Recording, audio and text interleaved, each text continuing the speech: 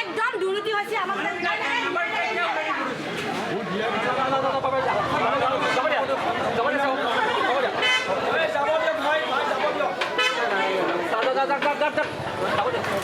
আমি বেনাৰখানে মাৰিব পৰা নাছিলোঁ।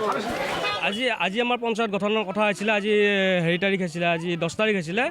পঞ্চায়তত আজি হেৰি হৈছে, অনিয়ম হৈছে মানে হেৰি হৈছে। ইয়াতে মানে আজি হেৰি হ'ল, প্ৰথমতে প্ৰস্তাৱ হ'ল দুজনৰে।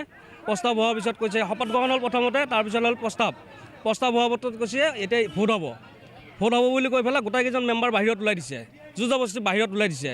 ওলাই দি কেনে বাহিৰৰ পৰা এজন মাতি কেনে ভিতৰত অফিচাৰ আছে আৰু দুজনমান আছে। তাৰপিছত ভোট হৈছে, বাহিৰৰ পৰা এজন মাতিছে, মাতি কেনে ভোটটো কৰিছে। ভোটটো কৰাৰ পিছত তাৰপিছত কাউণ্টিং হ'ব লাগে। কাউণ্টিঙত ভিতৰত এটা আধা ঘণ্টাৰ ভিতৰত সোমাব দিয়া নাই। তাৰপিছত ডিক্লেয়াৰ দিছে মানে এজনৰ 4জন, বাকীজনৰ 6জন, এনেকৈ হোৱা বুলি এতিয়া ডিক্লেয়াৰ দিছে। ইলিগেলটো মেজিষ্ট্ৰেটে কৰিছে। যিজন আহিছিলে মেজিষ্ট্ৰেট তেওঁ কৰিছে। 5টা হৈ আহিছিলে। যোৱা 23 তাৰিখে আহিছিলে। 23 তাৰিখতো 5টা আহিছিলোঁ। 5টা আহিছিলে, 5টা অহা নাই। যোৱা এই মাহৰ 3 তাৰিখে আহিছিলে। 3 তাৰিখে 5টা আহিছে, 5টা অহা নাই। আজি 10জনে আহিছে। সেইকেইজন আহিছে আজি, আগত নহাকেইজন আজি আহিছে। কিন্তু আজি অহাৰ পিছত এইটো 2 নম্বৰী কৰি দিলে। এইটো মেজিষ্ট্ৰেটে কৰিছে। এইটো মেজিষ্ট্ৰেটে ওপৰৰ পৰা হেঁচা খাইছে, হেঁচা কৰি পেলাই কৰি দিছে। এইটো সভাপতি পদটো পোৱাৰ কাৰণে সকলো ৰাইজলৈ মোৰ অশেষ ধন্যবাদ।